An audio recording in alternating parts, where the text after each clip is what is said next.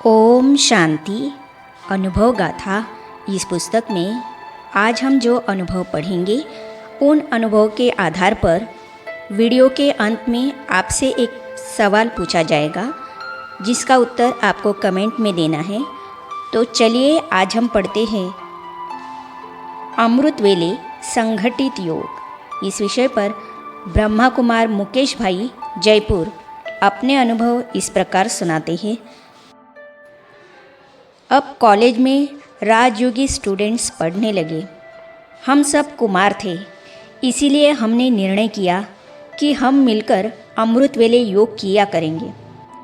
हम 7 स्टूडेंट्स का एक ग्रुप बना और बारी बारी से 2 बजे उठकर अपने कमरे की सफाई करना, अगरबत्ती जलाना, कैसेट में अच्छे अच्छे गीत सेट करना, 3:30 बजे बाकी सबको उठाना।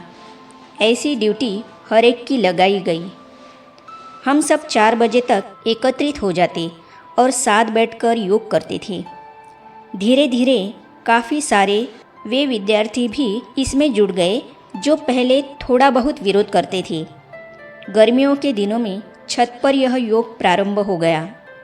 लगभग 30-40 कुमार ज्ञान में चल पड़े। ये 2 साल कॉलेज के इतने वंडरफुल रहे कि स्टूडेंट्स अपनी समस्याओं के हल पूछने मेरे पास दौड़े चले आते थे और मुझे काउंसलिंग करने का सौभाग्य मिलता था। राजयोग के अभ्यास से असफल हुए सफल। मेरे 2 मित्र थे जिनमें से एक कंप्यूटर साइंस और दूसरा इलेक्ट्रॉनिक्स में था। एक 28 विषयों में फेल था और दूसरा 32 विषयों में। अंतिम परीक्षा में उनका असफल होना निश्चित था। मैंने उनको मेडिटेशन करने की सलाह दी और समझाया कि मेडिटेशन से मन पर सकारात्मक प्रभाव पड़ेगा और एकाग्रता बढ़ेगी।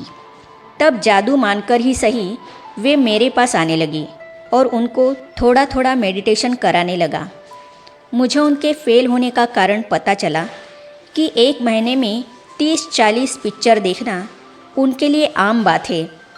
मेरे कहने पर पिक्चर न देखने की कसम उन्होंने ले ली और मैंने उनके लिए पूरी मेहनत की। हमारी परीक्षा में कुल 8 में से 5 प्रश्न अनिवार्य होते थे। हमारी किताब 300 पन्नों की होती थी। उसमें से हम नोट्स बनाते थे 30-40 पन्नों के।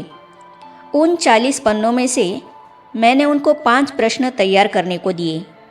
उनमें से कम 3 प्रश्न तैयार कर लेने से पास हो सकते थे। इस प्रकार एक मित्र ने 32 में से 28 पेपर पहली बार में ही पास कर दिए। पूरे कॉलेज में जैसे धमाका हो गया।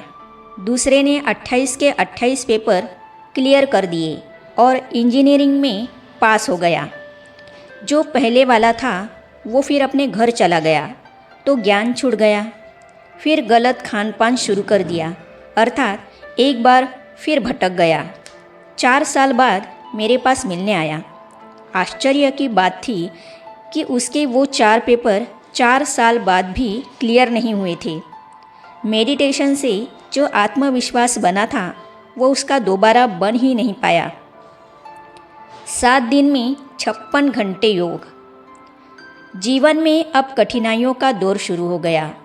मैं इस बात से परेशान था कि एक तरफ विश्व की राजाई की पढ़ाई पढ़ रहा हूँ और दूसरी तरफ अपना छोटा सा घर नहीं चला पा रहा हूँ क्योंकि नौकरी नहीं मिल रही थी। सेवा केंद्र की निमित्त बहन ने मुझे बुलाकर कहा, यह ईश्वरीय ज्ञान है, योग में शक्ति है। हम इतने बड़े विश्व को बदल रहे हैं और तुम छोटे से विघ्न को नहीं टाल सकते। उनकी यह बात मेरे दिल को छू गई। तब अंतर्मुखी बनकर गहनता से विचार किया कि छोटी सी नौकरी भी क्यों नहीं मिल पा रही है। उन्हीं दिनों मैंने जगदीश भाई की किताब पढ़ी थी कि योग का प्रयोग अपने जीवन में कैसे करें। तब मैंने निमित बहन को कहा, मैं 7 दिन सेवा केंद्र पर रुककर अपने विकर्मों का विनाश करने की कोशिश करूँगा। इसी योजना को लेकर सेवा केंद्र पर गया और रोज़ 8 घंटे योग किया। माना 7 दिन में कुल 56 घंटे योग किया और 8वें दिन सुबह वापस लौकिक घर आ गया। जीवन रूपी कंपनी का संचालक बनाया भगवान को।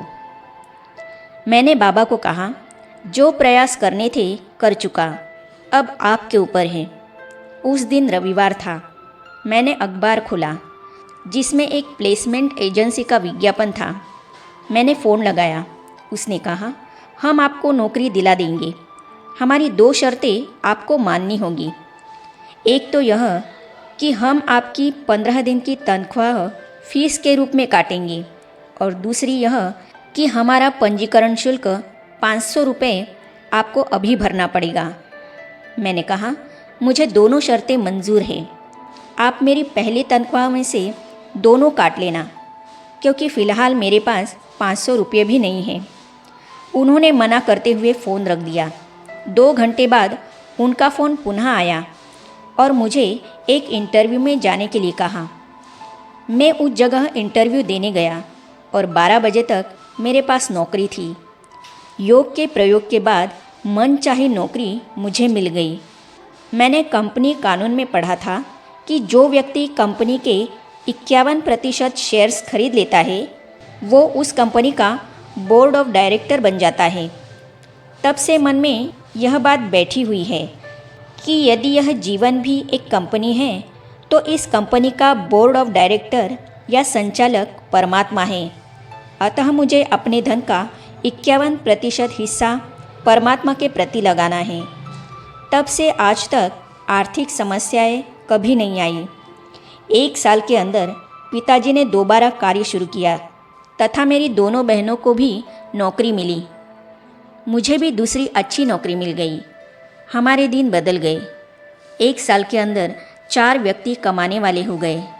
जो कर्ज लिया था उसे चुकाया और दोनों बहनों की लौकिक जिम्मेदारियां भी पूरी हुई। कर्ज से मुक्ति। पहली बहन की शादी में जो कर्ज लिया था सो तो चुका दिया। जब दूसरी बहन की शादी करनी थी तो मैंने बाबा को कहा, आपने कहा है कि कर्ज मर्ज होता है, हमें बहन की शादी में कर्ज लेने की ज़रूरत न पड़े, ऐसा कुछ होना चाहिए। और ऐसा ही हुआ। लगातार 4 साल तक हम अपनी बहन के लिए लड़का देखते रहे और परेशान हो गए। फिर योग्य पात्र मिल भी गया। हमारे पास उस समय मात्र 2-3 लाख रुपए थे। पिताजी के एक पुराने व्यवसायिक साक्षीदार थे जिनसे काफ़ी समय से कोई संबंध नहीं था। शादी के 1 दिन पहले वे पता पूछते पूछते आ पहुँचे। जिस स्थान पर शादी होनी थी वहाँ ही उन्होंने पैसे दिए और कहा, इतने सालों तक मैं ये पैसे नहीं दे पाया, मुझे खेद है, माफ़ करना। इस प्रकार पूरे पैसों का इंतज़ाम हो गया। शादी के लिए कोई कर्ज नहीं लेना पड़ा। ऐसा कैसे हुआ यह मेरे बाबा को पता है। आगे हम पढ़ेंगे मुरली से मिला समाधान। तो इन अनुभवों को जानने और पढ़ने के लिए इस चैनल को सब्सक्राइब करने के साथ ही साइड में जो बेल आइकॉन है उसे भी क्लिक कीजिए ताकि आने वाली सभी वीडियो और अब तक की सारी वीडियो आप तक पहुंचती रहेगी। आज के अनुभव से आज का सवाल है, हमारी 2 शर्तें आपको माननी होंगी।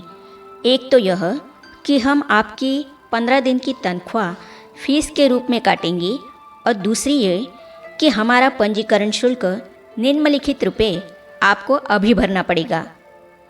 ऑप्शन है ए 500 रुपये, ऑप्शन है बी 300 रुपये। तो आपके जवाब हमें कमेंट्स में अवश्य दीजिएगा। ओम शांति।